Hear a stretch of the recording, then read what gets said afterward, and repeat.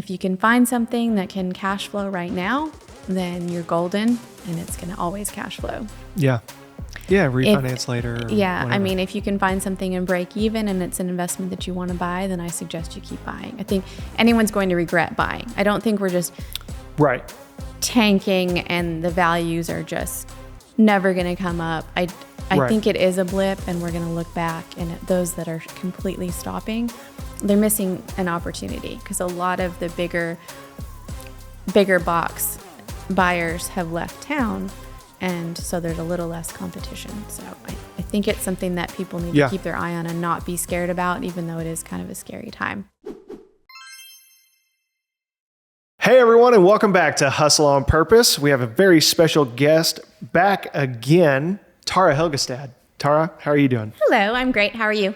Good. Good. You are our first repeat guest. Well, yeah. Thank you. Yeah, very special. Thank you. I appreciate that. Wanted to have you back on because you're my go-to expert when it comes to residential real estate and the market and all of that. And I just feel like a lot's changed since the last time we talked. So just wanted to kind of get your 2 cents on what you're seeing out there and how you're navigating what's going on currently. That's what I was going to tell you. Navigating the waters. Yeah. Yeah. So it has changed drastically. And I was thinking about this driving here and what we were going to talk about. And, you and I work with a lot of investors, and then we also have traditional type clients. So I was going to kind of break it up into two, what I'm seeing on both fronts, because it's sort of the same, but not 100% the same. Right. So on the traditional front, I've noticed kind of back in June, July, and August, I was noticing a little bit of a slowdown. The interest rates they were coming up, but there's a little bit of a slowdown. It was a little bit easier to go under contract if you had a buyer.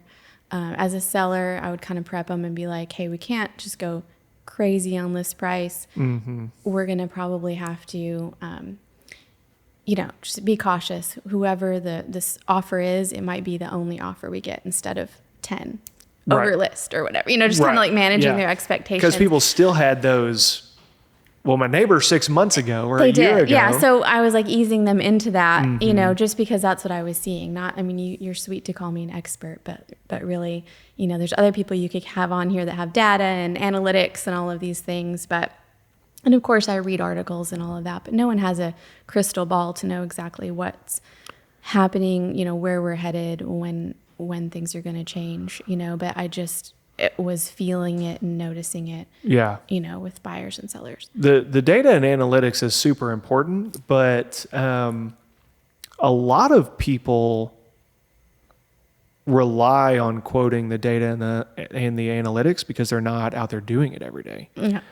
So it's like both are important, but I can get articles by myself on the computer. And perfect. That's what I was going to say. That's what I'm going to tell you. Like all your viewers, like there's plenty of articles to read if you want to see statistics and data and trends. And you can just type in your market and find all kinds of hyper specific data on your market and whatever. Yeah. But it's much harder to get somebody's perspective that's doing as many deals as you're doing all the time. Yeah. Thank you. So it's more valuable to me to pick your brain and see what you're actually seeing happen. Because also the data and analytics stuff, historically real estate used to be like it was fairly easy to kind of keep your finger on the pulse. It's like cycles happened slowly. There's always like events that happen and stuff like that. But I don't think that we've seen anything exactly like what we've seen the last handful of years, where it's like, I agree. All of a sudden country shuts down because of COVID and real estate's, worthless. Then within a month, it's like as high as it's ever been. You can't tell me that any expert knew that was going to happen. I'm sorry. Right. Well, and if you're waiting on, this monthly report to come out at the beginning or end of a month or whatever, it's like, you might be like missing the boat. Right. To me, that's history and you need to look forward. Yeah. and or deal with the present and then look forward to what you anticipate would happen, which some of that data does do, but some of it is just, truly your same with like your situation. Like, do you have to move for, I mean, there's other variables in this, right. There's the human factor too. So yeah. And that's where you come in, because you're out there dealing with humans and stuff all the time. So you mentioned splitting it up into traditional and investors and preparing clients for this different market. Yeah. So with the traditional, so that's what I kind of started to notice. And I'd be like, hey, sellers, you might get one person, but it's probably the person, you know, like they have to be by grandma or in that school district or whatever it is that, they're typically that I'm seeing, they're, a solid buyer. So like, let's try to keep them, let's try to grab them and have realistic expectations. Right. And the buyers are starting to once in a while get a decent deal and that sort of thing. So, so that was going on. And then I noticed for sure, like beginning to mid-October, it just was suddenly the Dead Sea. I mean, drastic, like the faucet shut off of where the buyers were. And I know a lot of that has to do with interest rates and all of that kind of stuff that we were just talking about. But significant reduction in buyers on the traditional side. What do you think? I mean, besides interest rates, I think they're getting hit in a lot of ways. Everything, inflation, just like everything's more expensive. Even insurance rates are more expensive. So I've had insurance kill 2 deals because people are just stretched really thin. So, they're worried about their payment amount. They don't really care about what's making that payment amount higher, whether it's insurance, the purchase price, the interest rate, whatever it is. They're worried about how they can make the payment, which they should be, And so that's what I'm noticing. So they're very fickle. The buyers are very fickle. The sellers seem to be still expecting a decent return and, selling it for what was going on like 8 or 9 months ago. So they're having a hard time adjusting to that. Values aren't like drastically dropping or anything like that, but it's turning into more of a buyer's market. So buyers are asking for closing costs. They're asking for reduction in purchase price. They're terminating after inspection. They're terminating after they go under contract. They're terminating for a million reasons. They're just very fickle. And we could be upset about that on the seller side, but honestly, I think we all understand on the buyer side, they're just trying to make a good decision. And there's a lot going on in the world globally, and just, it's also the time of year as well. So I think we're just getting hit in a lot of different ways. And that affects, investors to a point, like people who are doing flips and selling to these traditional people like you and me. We're both in the same boat with that right Would now. hate to be one of those guys. God, I know. It would be terrible. It would be really terrible. It would be a really hard time to be one of those guys. I know. Anyway, so we're both struggling with that right now. It's the same thing because they're fickle. So there's fewer out there. They're being more cautious. It's not like they don't like the product you're putting out. They're not even really positive if they want to buy. So you're still seeing those one-ofs where they have to move or they need to have a 4-bedroom house or whatever it is. They're still out there. It's not like nothing's selling. Yeah.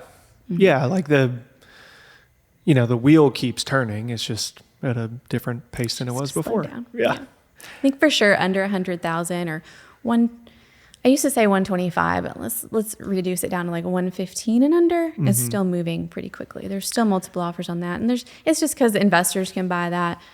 I was about to say those buyers are still like those buyers couldn't buy anything. Remember last time I was on here and we were like, good luck to someone trying to spend 100 or less. Well, those people are getting an opportunity now that they didn't have before. Yeah. So suddenly they're around. That's good. There's not a lot of inventory in that price point, but right.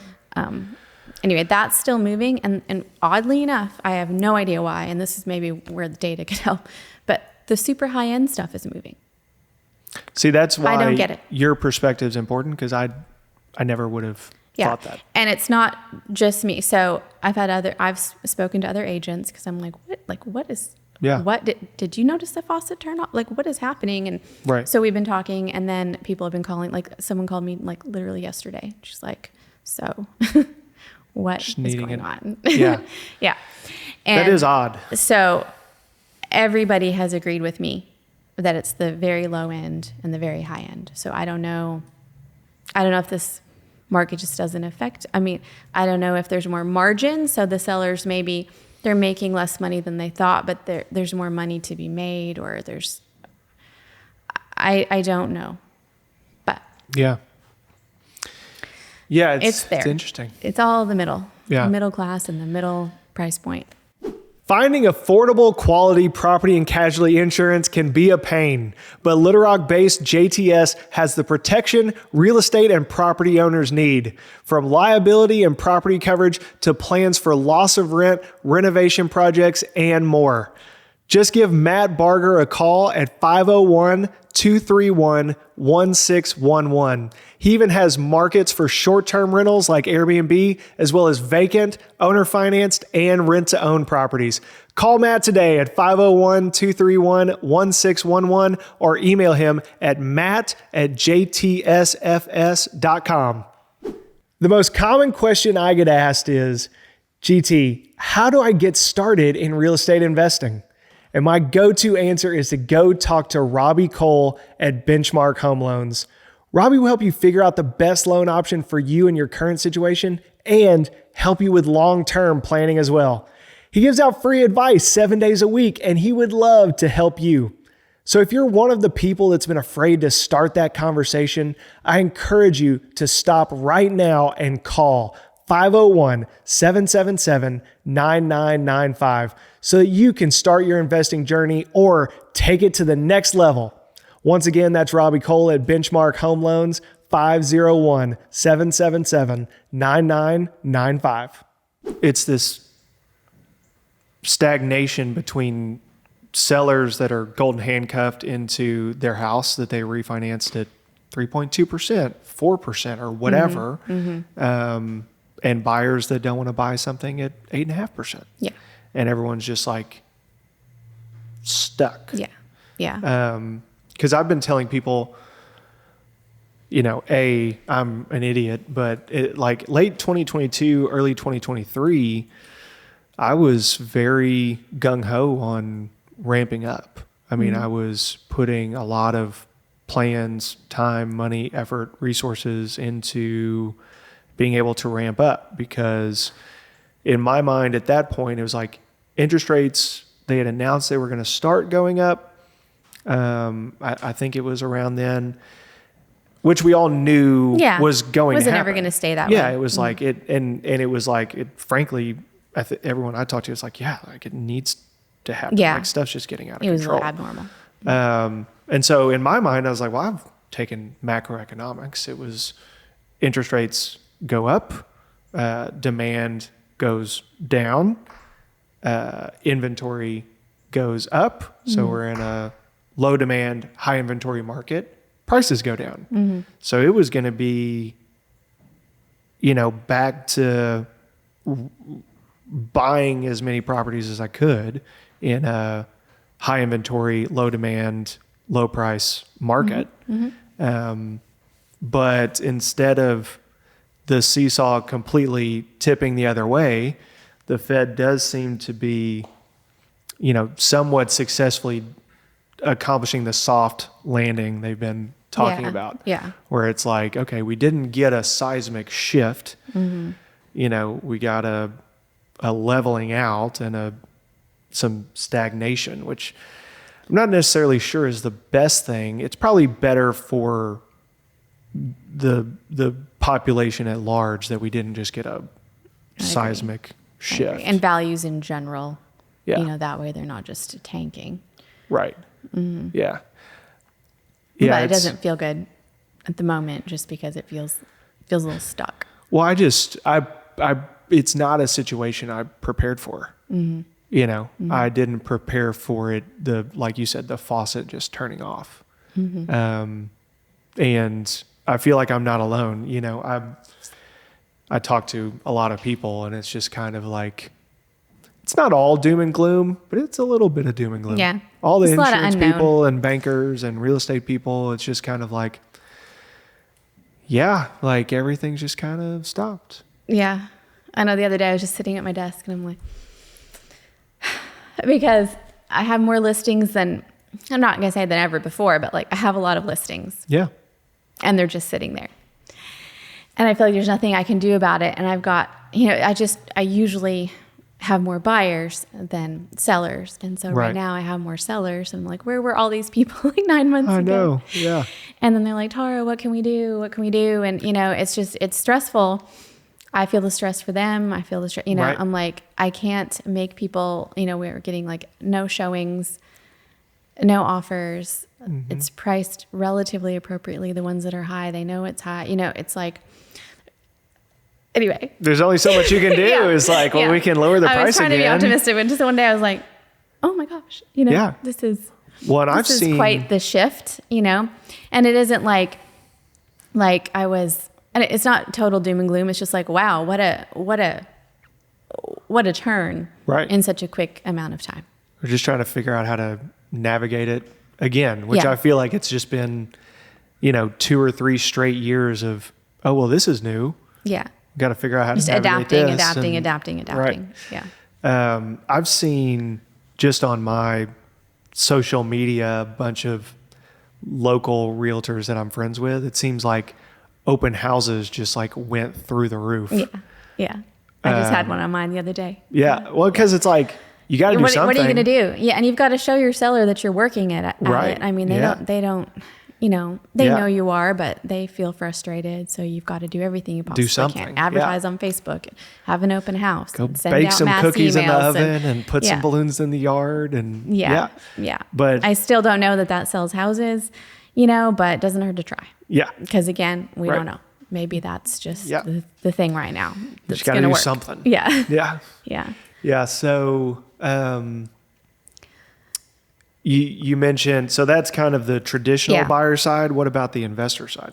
So the investor side, of course, the interest rates are affecting cash flow. Mm-hmm. So they're slowing down as well because to find that good deal is even harder than before. So although there's a little And the bit more, insurance rates. yeah, like although you there's a mentioned little bit before. more inventory, you've got the insurance rates and you've got the interest rate, which are just highly affecting.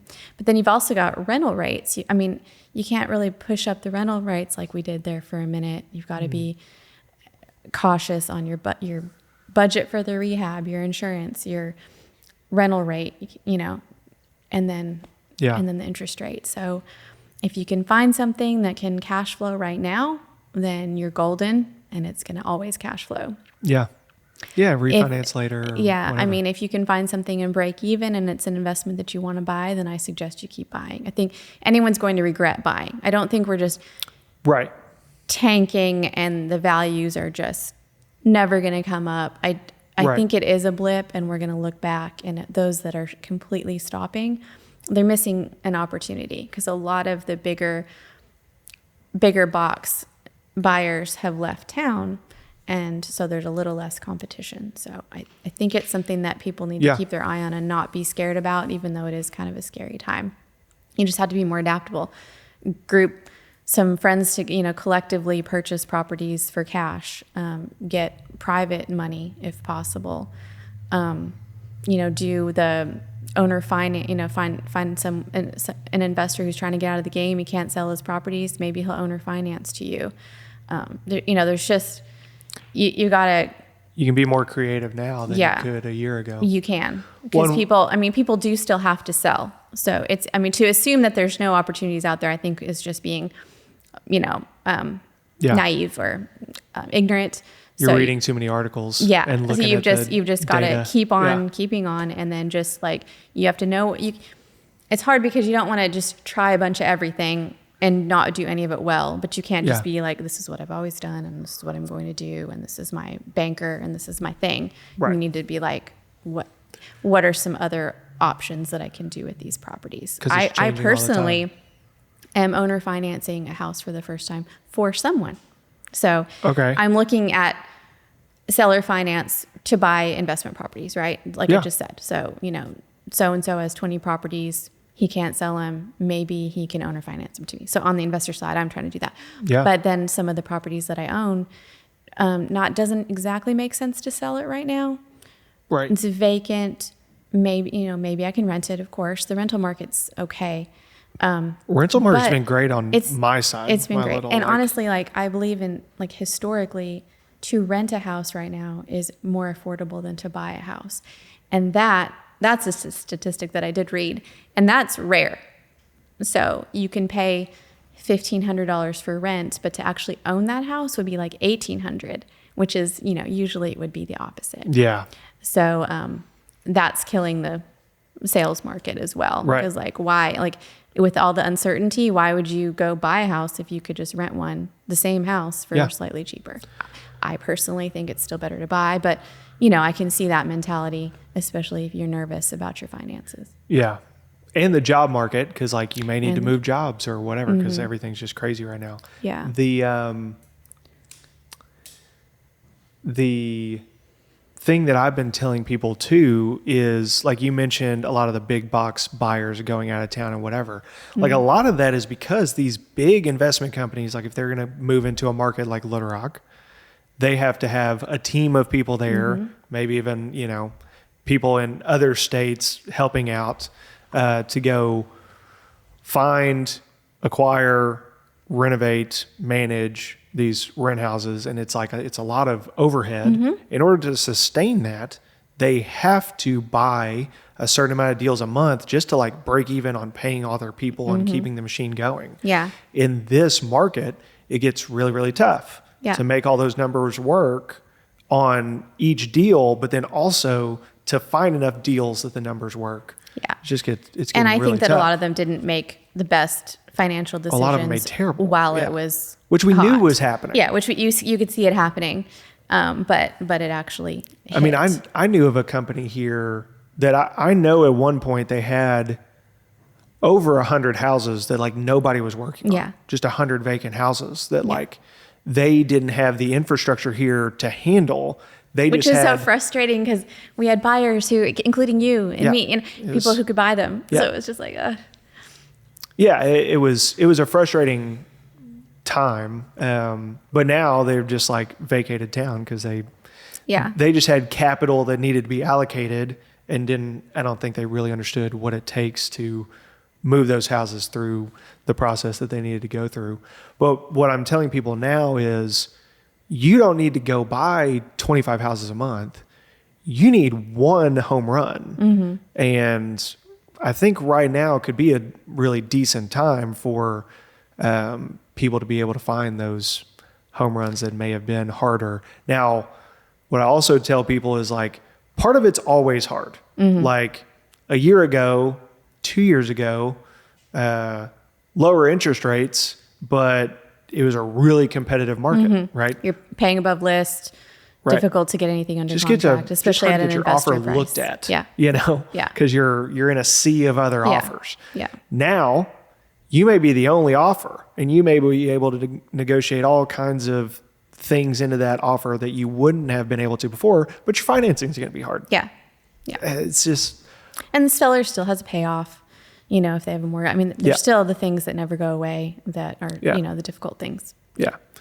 But you're going to have inventory's obviously lower, but out of that inventory, I think you're going to find, more sellers willing to negotiate than you would have 100% before. 100%. Yeah. And I think that'll continue into next year, first quarter and second quarter, at least. I think for sure second quarter is going to be a lot of opportunity because the sellers, they're going to have to sell. The pain is coming. Yeah. A lot of people are feeling it already. Certain parts of my business are certainly feeling it. The rental side of my business is actually like pretty great. But any of the transactional side of the real estate business is like not so hot. Yeah. Because ours too. The rentals doing its thing and it's great. I mean, there's still always the ups and downs of that, but none of that is, tragic. Yeah. Contractors are more available. I like that. Yeah. Labor prices are down. Yeah. So that's good. Yeah. I have people calling me asking me if I have work now, and it's people that I couldn't get to answer their Yeah, phone. me too. A year ago. I know. And of course, I mean, now I have I'm smiling less. about it. I'm not happy that they don't have. Yeah, I have less for them to do too. Right. Yeah, but I mean, it's nice because they're actually available and they can get things done, and then that just it ultimately makes them money. It makes me money because then it's like we can put that rental sign back in the yard and get a tenant back in there so much faster. Right. You have to. Yeah, it's like nobody's happy that anybody's like struggling, but there's a lot of bad going on, so it's like it's okay to be a little happy about this like one The part one of golden, things. yeah. Like The one I can thing get that's people good. to go do things like in a reasonable amount of time for a reasonable price. And like, and that was a real struggle for a while. Yeah, it was a real struggle. Yeah. Well, yeah. So I think next year, I think the first half of the year is going to really, there's going to be some opportunities for investors and for regular home buyers that want to sell. And it's going to be a little tough on sellers, I think, still. Yeah. I think the pain is coming. I mean, it has to, like, just from a macro scale. Yeah. Like, and even if it's not like super painful compared to history, it's just going to level out and like I don't know, just get more even. The best case scenario is that it happens slowly, so people can like you can ease into change their lifestyle accordingly. Yeah. I was talking to another guy about this, and he was like, people out there are having a hard time. People can like feel the difference, like things are just like different now. But he was like, you will know when we're nearing the the bottom when people actually start like changing their lifestyle. Because he's like, that's not happening as much. It's not happening yet, and that's why people are being fickle because so they can afford less. So let's say you were qualified for 300 and now you can only spend 250.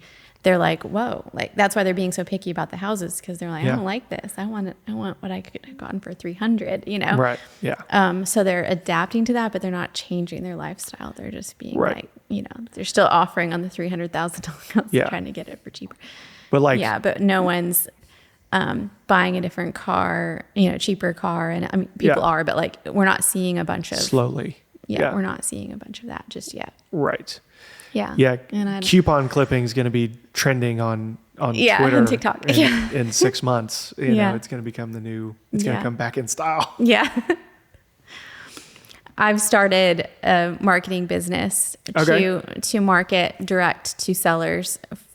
We were already doing it. And at first I was like, well, this is terrible timing, with everything that's going on. And then I was like, actually, I think it's probably really good timing because there's always going to be those people out there that have to sell for whatever reason, inherited a house, death in the family, sickness, divorce, you name it, whatever, repairs that have gotten out of hand, that it doesn't make sense to sell on the market and it's going to be even harder to do so. So it's called Tara Pays Cash and we're just starting that this week, actually. Awesome. Yeah. Tara Pays Cash. Love the name. Cash. Thanks.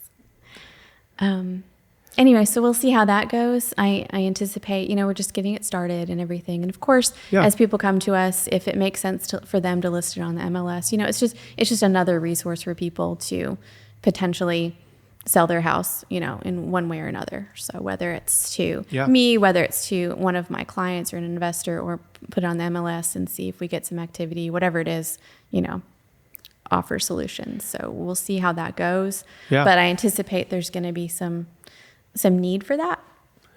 Next absolutely. year for sure. I mean, there already is. We're already generating leads. So that's great. Well, yeah. I mean, because think about how hard it is for you and I to keep up with what's going on in real estate, and it's what we do. Yeah.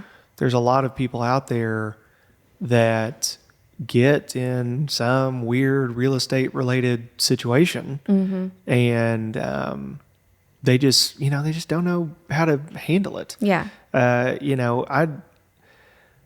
I'll get people sometimes that they're like anti-realtor. Yeah. They're like, maybe somebody burned them in the past or they perceived it that way or whatever. Yeah. I tell people all the time, like, you use professionals for all your everything other else. major things. You go see a doctor when you have like a health problem. Yeah. You know, most people's largest investments in their home. Mm-hmm.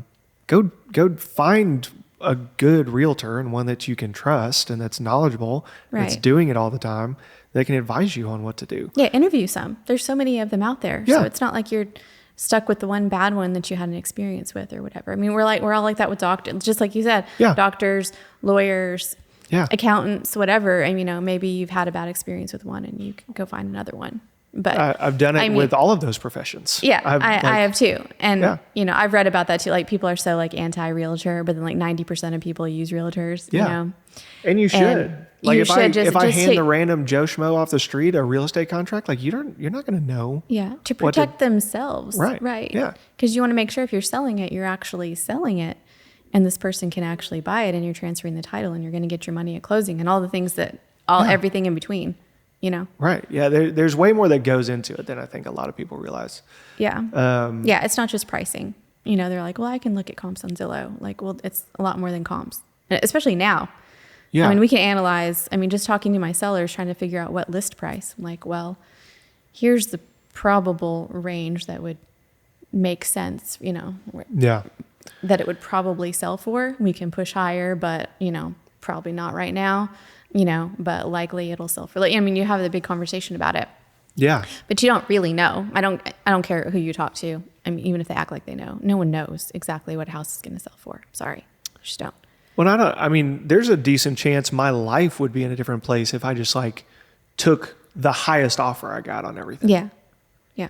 Because you just see the dollar amount. Well, there's a lot of other things in that offer that, in my experience, have often made it less profitable for me than a lower offer amount with fewer contingencies or whatever. Yeah. Contingencies, all that stuff. Yeah. Also, the agent that you're working with on the other side, you know, are they experienced? The Have they lender on the other vetted this? side. Have they vetted this client? Yeah. The lender on the other side. Yeah. You know, those are things, they're not guarantees, but they definitely factor in. And, you know, I do let my clients know, like, hey, I've worked with this agent before. She typically has well-qualified, you know, vetted clients, because, you know, some agents will just like, they just literally met somebody and they send you an offer and like, you have no idea if this person is even prepared or qualified to buy this, you know. Same with some lenders, you know, where they just like take a few details over the phone and send you a pre-qualification letter that's not worth And all of a its sudden you weight in accept gold. an offer that's got And no I'm not chance of saying going anywhere. that those are never, that they're never viable, but you know, it's a risk. So Yeah, it's a big risk of taking your house off the market, locking it up in a contract that's never going to go anywhere, and wasting a bunch of everybody's time, and then relisting a property with this.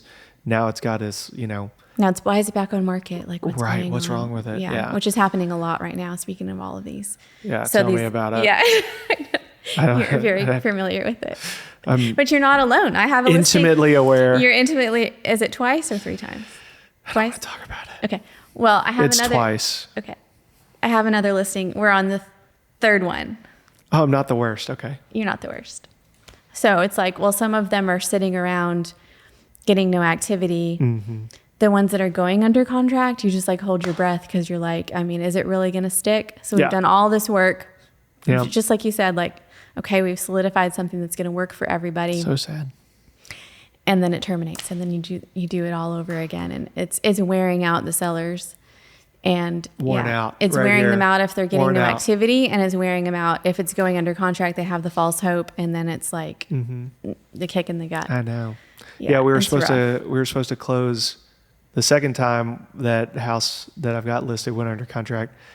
It terminated, and now I'm like, I just want to like mail them a letter and be like, how am I supposed to buy my kids Christmas presents?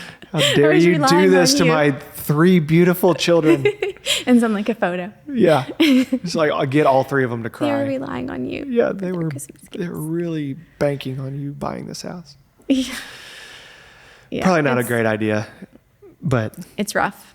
it's hard out there. It's hard. Okay, so Tara pays cash. So anyways, I wanted to not get off of that because I do think you're uniquely qualified to be able to help people that have a tough real estate related problem because you can market in a way that is similar to the way a lot of wholesalers like generate deals, but you're bound by your personal ethics and the fact that you're a real estate broker to do things in an ethical way.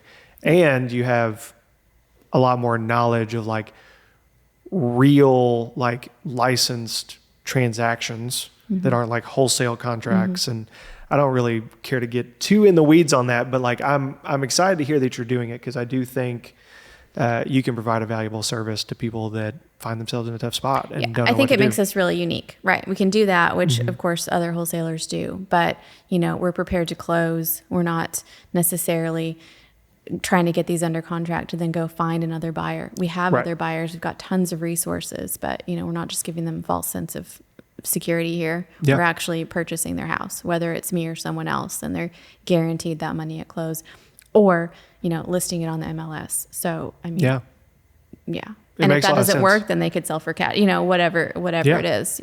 So. Right. But you can present options to them. Options. Whereas people that just get the things in the mail, we want to buy your house, or they get the text messages or whatever, which that is slowed down drastically, which has been another silver lining. Yeah. I don't have my phone, somehow my number got out there somewhere and it was just like relentless. Yeah. I mean, because they find any one address of one house that I own. Yeah. And it's just I know. I would nonstop. get like a postcard like once a day or a text. I would block I would block probably 15 of them a week, and like it didn't matter. It's just like it was like and I don't want to be that person either. So we're not like ambulance chasing or whatever you want to call it with insurance. Like these are ads, and there's a website, and like we're trying to contact people who legit want to actually sell their house and not just fishing around. But I mean, right. We'll see. It just started, so I'm not the marketing guru of this whole thing. Yeah. Who is the marketing guru of the whole thing? Oh, his name is Ali. Ali? Yeah. Okay. Yeah. All right. You don't know him? I have a guy if you need a guy. Okay. Well, I got a guy, but... Okay. If you end up needing a different guy, let me know. Thank you. Yeah, I'm excited for that because I think, like I said, I think you can provide value to a lot of people as far as being able to give them their full scope of options, whether, everything from listing on the MLS all the way down to selling it directly. Yeah. That's why I decided to do it. So we'll see if it's successful, but I think it makes us special. Yeah. Tara pays cash. Is it tarapayscash.com? Mm-hmm. Nice. Sure is. Okay. Awesome. Yeah. You have an Instagram as well? Yeah. Tara Pays Cash. I haven't ever said my name more than I've been saying it lately. So Tara Does it Pays feel Cash. weird? Yeah. I'm so sick of my name. I'm glad that Hustle on Purpose doesn't have my name in it. Yeah. Which I still feel weird saying that. Someone told me the other day, like I have to start introducing myself as a YouTuber or a podcaster. And I was like, no. Like how? Like, hi, I'm GT. I have a podcast. I have a podcast. It's like, I just don't, I'm not that guy.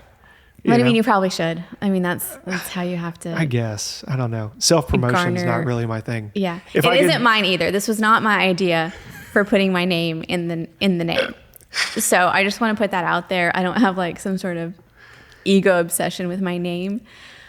But here we are. Yeah. It's a great name. Yeah. If I could do the podcast without having to be in front of the camera or on the microphone, I would. Yeah. That's how I feel. That's how I feel about Instagram. We just couldn't find a way. Like people need to see you and they need to hear you speaking and understand you. But it's hard for me because I'm not a camera person. I don't like people taking pictures of me. I don't like any of that. And unfortunately, that's how you have to. That's the only way people feel a connection to you. Yeah. I guess is what people tell me. Well, now that's what I'm doing now. You're a veteran. Yeah, yes. I've been twice. On twice. Yeah. I mean, no big deal. Just the only person ever to. I'm going to brag about it now. I mean, I've been on it like 30 something times. So. Oh, well, yeah. But you're in second place. I mean, that's true. That's true. I'm in second place. Yeah. Okay, so I can have you on my Instagram, my Tara Pays Cash Instagram. You can be my guest. I've got two other people that have been like, you have to get on Instagram. And I'm like, I know the issue is, and you'll find this with Tara Pays Cash, is when trying to have a presence on like everything, it becomes like a full-time job. Like a job. Yeah. Yeah. Because all the, different types of content work better on each different platform, and like release schedules, and like you look up and it's like, man, just doing YouTube and the audio podcast on the podcast platforms. And Aaron does pretty much all of the actual like work. Yeah. It's even that. It's like getting guests, and it's just like, it's a lot. Yeah. I don't know how you do it, because this is, we just keep doing it. We post and it just on, happens. Yeah. We post on Facebook, like closings and things for the real estate brokerage. So I thought that was a lot. And then, trying to start all this other website and whatever. Luckily I just I go visit my vacant properties and projects once a week anyway. So I try to just come up with something to say. Grab the camera and document it. But it's hard to remember, because you're there for a reason. You're there because it's your investment, and you're trying to figure out what's going on. Right. And then I'm like, oh yeah, we got to do this. But I know. I'll get to the end of my day and be like, oh, there's probably 4 things I could have filmed today. Yeah. I just didn't, because you're actually doing it. I was you're busy. Actually working. Yeah. The one nice thing, there's a lot of nice things about the podcast, but it's scheduled. Yeah. And it's you sit down and you talk. Yeah. It's if it wasn't for this. I love it. I'm glad you do it. Remembering to make content while I'm out, actually, believe it or not, working outside of, I think a lot of people just see me do this. Yeah. And I think this is what I do. And it's this is a very small part of my week, actually, just sitting here talking. Yeah. Yeah. It's really nice. You do need to show more of that. I enjoy it. Yeah. Just I just get to sit here. Yeah. Just talk. Yeah. For a little about bit. real estate. Yeah. That's why I'm on number 2, because I like to talk about real estate. Yeah. So, Well, and I was telling John Hathaway from the Hathaway Group, who's benefited from the podcast the most is my wife. Because I get to just talk here. And you don't have to talk to her about everything. Right. I don't go home and just dump all my stuff to her. Yeah. Dump it here I think on all the my podcast. friends appreciate that too, my friends and family. Yeah. Because I was thinking about they'll be like, hey, Tara, you want to go shopping or go to dinner or whatever? And I'm like, yeah, we just got to run by this house real quick. Anyone who knows me, we're just stopping by a house. It might be a nice house. It might be a crappy house. You never know. But hey, I got to run by this house real quick. It's just, that's what you get if you either talk about real estate or you go visit a house if you're with me. Yeah. So I'm sure. You just have to look at Tara's shoes to know what you're getting into. Yeah. That used to be the running joke. That used to be the running joke, but it does not apply now. Now it's just Now it's just the other day I went in a house with my favorite heels, my orange heels, and there was poop all over the floor. And I think it was a rabbit. I don't know, it was little circles. You hope it's a rabbit? Yeah. Anyway, I was like, of course, I'm wearing the wrong shoes again. You would know. So I seem to be wearing the wrong shoes all the time. So when you and I worked together, I always knew where we were going. Now it's I'll be driving around and then it's Tara, do you want to go look at the, new house? You want to buy this or whatever? And then I go look at it. And of course it's the day that I'm dressed nice. And then we're going to, or the reverse. I'll be just dressed like right. homeless or something. And then this Can you person's go show this $1 million house? Yeah. It's happened. Yeah. Many times. Yeah. I'm hey. You get what you get. Yeah. It's me. You're like Superman, changing in the phone booth. I know. Which I do. I have clothes at my office to try to change into. Yeah. I try to be professional and if you get a chance to. If I get a chance. Actually go by the office. Yeah. Yeah. Yeah. So speaking of that, you mentioned there's been some new stories in your. Oh yeah, nothing epic, but you know how we told stories last time. Yeah. The stories are my favorite part. I was thinking about you. So I went to go look at a package of houses the other day, and it's it was 5 houses, and there was something at there's something every day. It just doesn't matter. I don't know why there's always just something pops up. I don't care whether it's with my houses or with houses that I see or clients. It doesn't matter. But So I'm sure a bunch of other things have happened, but anyway, every house I pulled up to, like something weird was going on. Like the neighbor lady was on the front porch that she wasn't supposed to be there. And then then the police were at one of the houses, and I was like, I don't need to go there. And then I went to another one. The police were at the house you're supposed to be looking at? Yeah. And so did you keep It wasn't driving? like a crime had happened, but like somehow they were there. And I was like, I think I'm gonna opt out. Yeah. Like, peace out. I don't know what's happening. Yeah. Then I go to this other one, and they're cooking like outside this like amazing smelling like stew Okay. outside.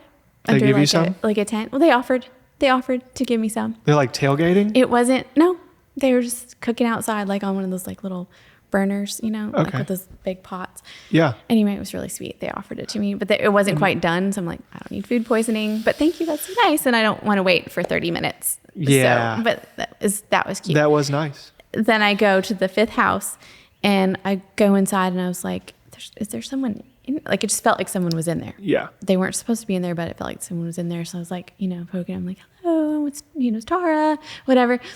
And all of a sudden this cat comes like running across the living room floor and jumps up on the sofa. And I'm like standing right here, and it like jumps up, and it's like in my face. And I'm like, oh! I'm like, hello, little kitty, So I was like, that was just a lot. That was a lot. And it wasn't even, none of it was like epic, but it was just like, wow, every house. like 5 out of 5.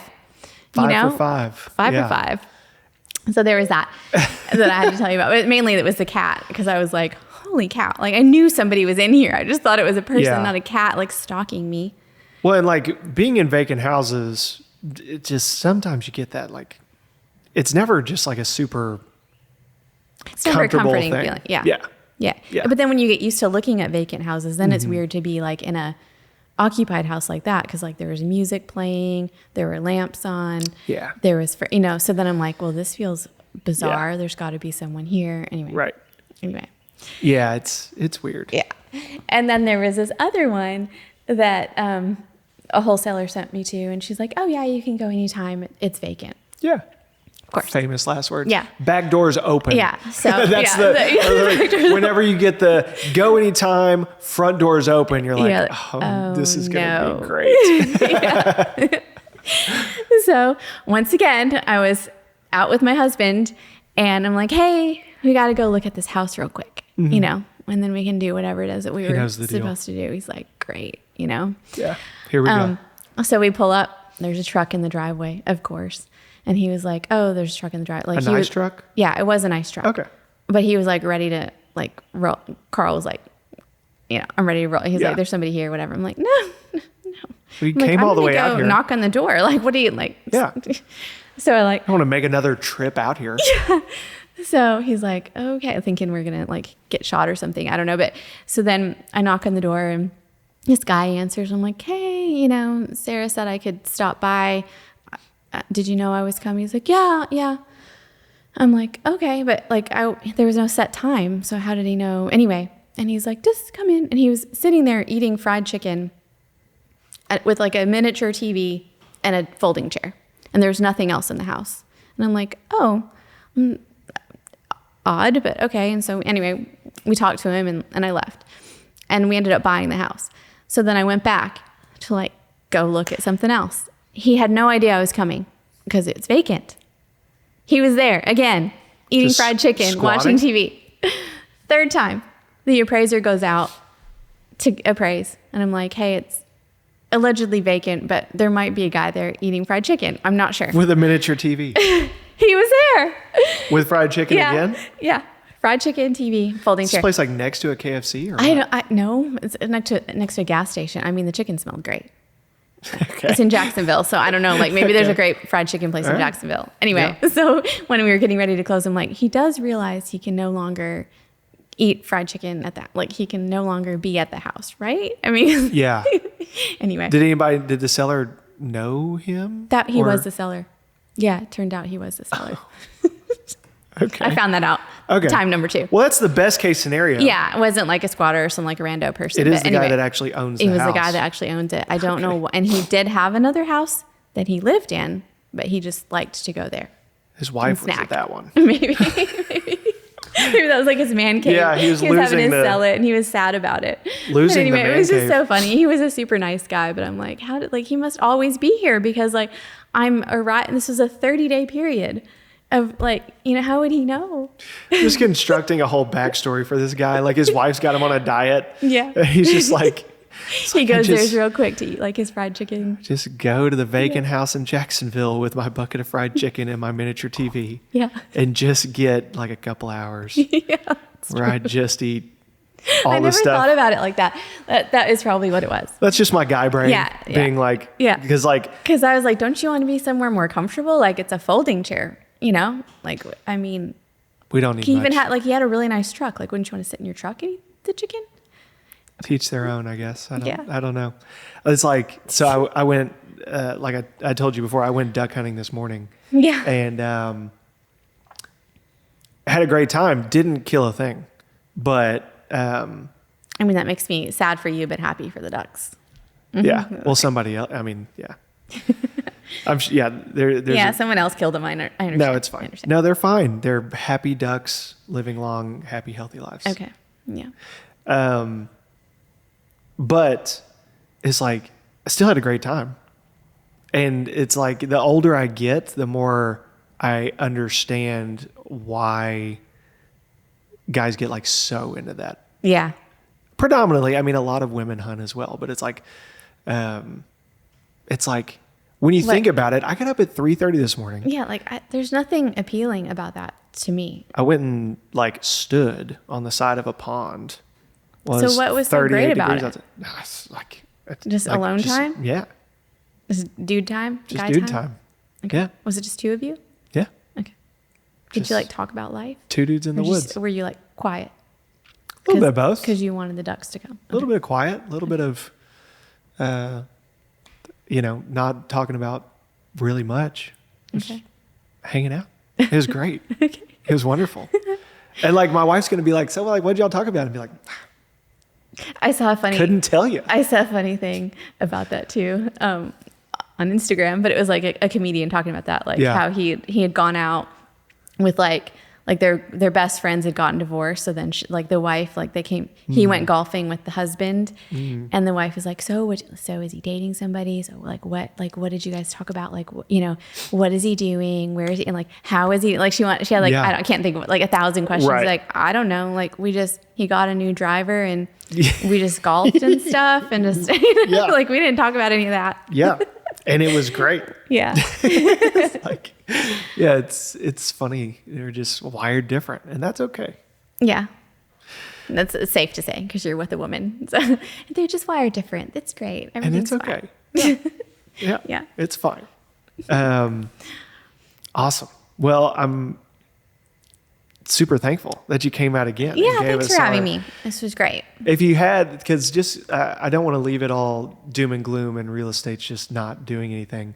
Yeah. If you had to think of some tangible advice for somebody out there that's trying to figure out how to navigate what's going on real estate wise right now, what would it be? I know I'm kind of putting you on the spot. I think it's like what we said before. I think it is a mistake to not pursue buying, whether you need to buy a house or it's time for you to buy a house to live in for your family, or whether it's investment. Obviously with investment, you need to be extra cautious, but I think you should still be buying. You're not going to regret it. Even if you're not exactly cash flowing, you're just breaking even. Because I think things will change. I think values will go up, continue to go up. I don't think they're going to go drastically down, and you're just going to be losing money. So whether you're buying it for your family or whether you're buying it for an investment, I suggest continuing to find opportunities in buying, especially here. We still have affordable real estate, but yet our economy is growing. And people are moving to the area, like we discussed on your last podcast, the infrastructure and the business that are coming to our state, as well as the housing that is still affordable for all. I mean, I think it's not always going to be like that. I don't think it's going to Yes. change overnight, but I Yeah. think we have a good trajectory to go. So I think we're just a good place to invest in general. So I agree. I think if you waited for everything to be perfect, it's never going to be perfect. There's always, just like from before, the interest rates were low, then you were paying above list price, Yep. waiving inspection contingencies and doing other kind of reckless, scary things. So now maybe you're just not going to make Yeah. as much money, or it's going to be a little tighter. But I think you would regret it if you didn't, because it's like having kids. Like if you wait to have enough money and for everything to be right, you'll probably never have kids, you know? Yeah. You just got to do it. When you had people paying over list and all this stuff to buy when interest rates were low, because interest rates were low, they could get approved for more house, right? Like you could get more house for your dollar, so to speak. But I'm like, now if you're looking to buy, you may be able to get the same house for $50,000 less. You might be. Yeah. But like, I mean, it's all super situational, but like, you may get a 8.5% interest rate, but you also may. The buyers have the power. Yeah. Right. So a house is only worth what someone's willing to pay for it. Exactly. So back for a while, it was, they're willing to pay over list because of all of those other factors. And now they're willing to pay less, or they have more negotiation. So you still have the power as the buyer, even as an investor, to your point. There's always going to be like stop factors where that deal doesn't work, but that deal didn't work for whatever reason. And there's another deal out there for you. So, right. It's hard to swallow right now, but that would be my advice, is just to do it. Because I don't know when exactly things are going to change, and it's never, whatever it does next is not going to be what it did before. So, right. I quit trying to make predictions because I've been wrong too many times. Yeah. All I know is like, yeah, I agree with you. It's like, you just keep buying, make sure it works for right now, and any contingencies you can plan on. Yeah. Exactly. Contingencies and exit strategies, try to really think creatively more than you have before. How can I finance this differently? How can I, buy this in a different way? What money should I put down? What should I do? How much should I invest in it? Should I actually flip it? Because there's still going to be buyers out there for flips. Does that make sense? Or do I make it ready for a renter? You want to buy something that you have options with and think more out of the box than you used to do. Yeah. And that's hard. Nobody wants to really do that, but that's how you're going to be successful right now. Yeah. Agreed. One last thing on that is, because I think it's something that some people don't think about, is if you don't have faith in real estate, I would ask somebody, how much faith do you have in the US dollar? Yeah. Because some of the appreciation of the real estate is the scarcity of it. God's not making any more land, so to speak. So it's a finite resource that goes up in value over time, but also it's anti-inflationary. So part of what has also driven a lot of the value up is the devaluation of the dollar. So I'll ask people, like, even if your faith isn't in real estate, like, how much faith do you have in the US dollar? You think it's going up in value anytime soon? Yeah. Because if the answer is no, then guess what? Like, the real estate you buy today will be worth more dollars in the future. Exactly why I keep telling people to just buy. Like, it just, Yeah. Do you have more faith in the stock market? Because I don't personally. So I don't personally either. I mean, you may pick the right stock or I don't understand that as well, because obviously real estate's my world. But to me, I feel like over time, these investments are going to increase in value. So and I feel more comfortable leveraging it than I would like margin trading stocks. I feel like that's less. There's less exit strategies. There's less to control and manipulate and figure out, if something isn't going right. Like this one where we're suddenly owner financing. It's like, well, that makes sense. We can really cash flow well on that. You can't do that with a stock, or at least my brain doesn't work that way personally. So I feel like real estate has historically been the best investment and continues to be so. Yeah. So It's although made it's more millionaires hard than anything else. yeah, all the wealthy people I know invest in real estate. Right. I mean, they just do. Like I didn't realize that, and then somebody mentioned it to me about their circle of friends, and I was like, it's true. It's Every very single valid. one of them. Yeah. Yeah. I am starting to lean towards it's all trash and we just need to go all in on crypto. Well, you're all by yourself. I can't get on board with that. You're never going to convince me. Yeah. Maybe not all in, just like a little bit. Okay, tell me how that works for you. No, just let me know. All right. Don't say I didn't tell you. Okay. Like it's made some people rich. I just can't like wrap my brain around it. It's really easy. It's just magic unicorn wizard money. Yeah. Off in like, the blockchain. I know. It's like the cloud. Like I don't understand the cloud where all the data goes to the cloud. You're like, what the heck? Aaron's just trying not to cringe over there. He's just like, give me a house any day that I can stick my hands on and I can do something with. Deal with a terrible renter in. And yeah. I mean, there's all the negative stories. I know. Yeah. I know. I do have, I feel like I just have a lot of negative stories, but you get through all of that. And like, as a whole, you look back and you're like, it's great. Yeah. Yeah. I think the only person who should, kind of hold off on buying is someone who's going to term out soon. Someone who's, reaching retirement and something like that. I don't know if this is like the best time. Granted, I can't speak knowledgeably on that, but for anyone who has 5 to 10 years to kind of play this out, I think this makes sense. So that's you and that's me. And the majority of people. So quick rule of thumb on that is, so like, it's got a name and I forget what it is, but they, imagine there's a line and like above the line is high risk, high reward investments. Mm-hmm. Below the line is low risk, low reward investments. So the typical rule of thumb, super overgeneralization, just basic rule of thumb, is as a percentage, you want your age in safe, low risk, low reward. I like percentage. Okay. Yeah. So like, I'm 34. So you can have The way more rule risk. of thumb would be have I'm a lot older than you. 34% in like super safe stuff. Yeah.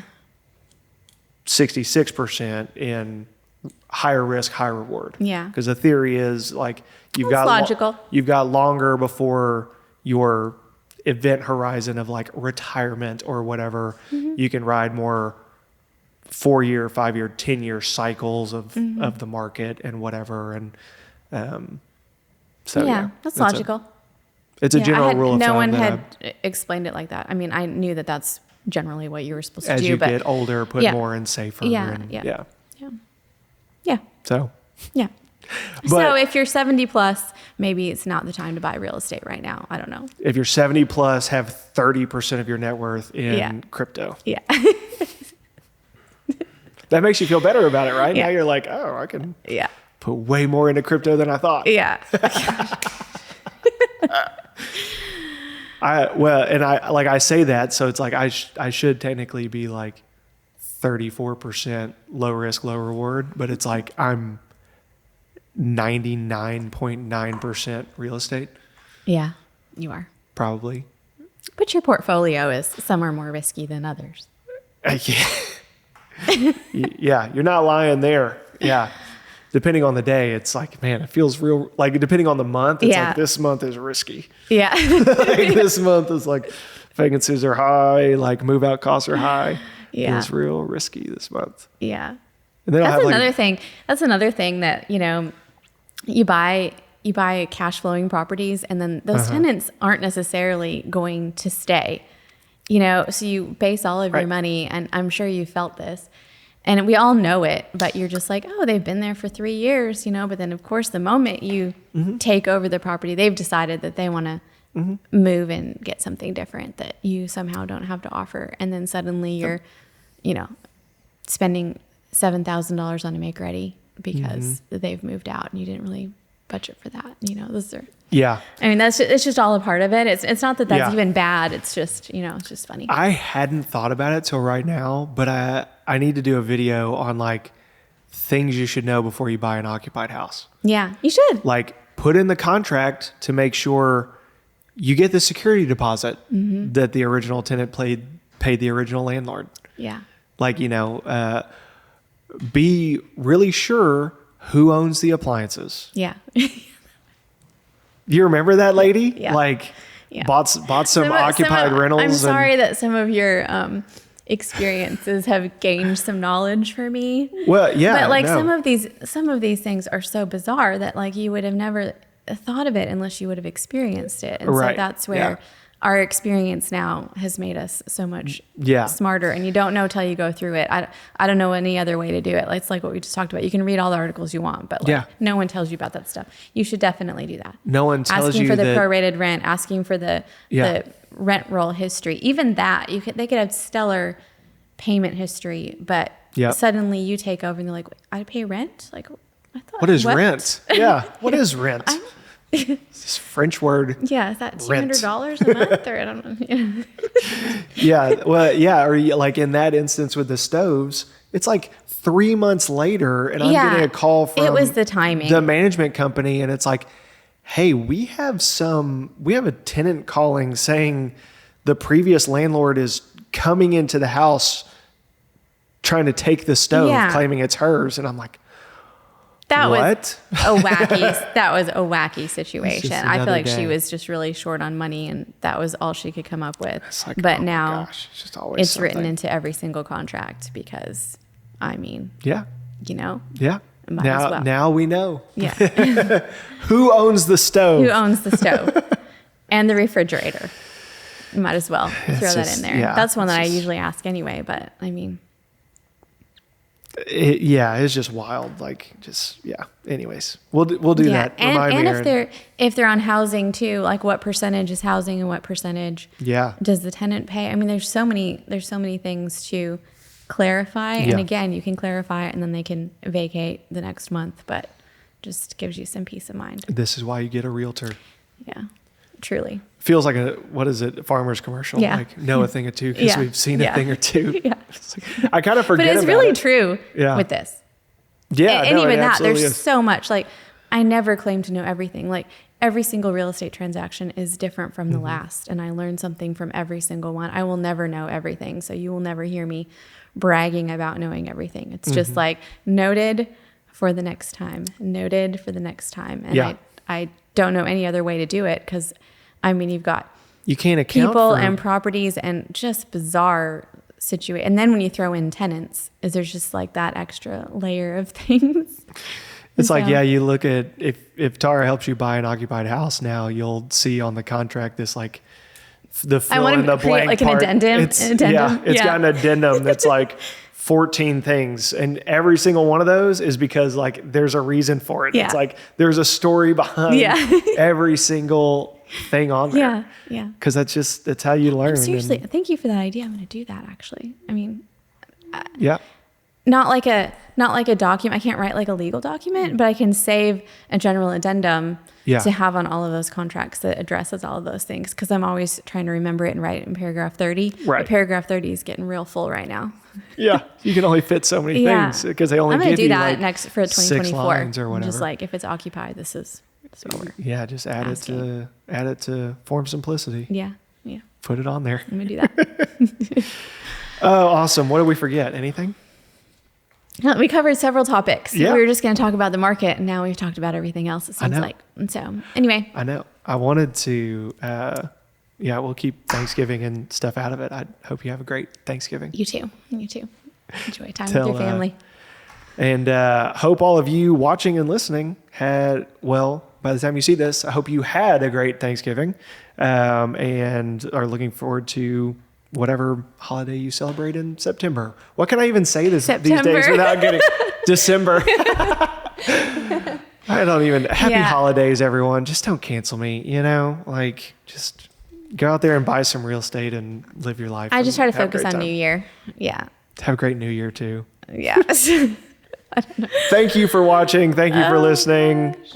Be sure to like and subscribe. Go check out Tara Pays Cash and Hustle on Purpose. Thanks for watching. If you liked that video as much as we liked making it, be sure to check out another one. You've got one here. You got another one over here. If you want to listen to the podcast audio only, go check out the Spotify link in the description. And if you haven't subscribed to the channel, please consider doing so. It helps us out a ton. And please hit the bell if you want notifications anytime we drop a new video. Hope to see you on the next one.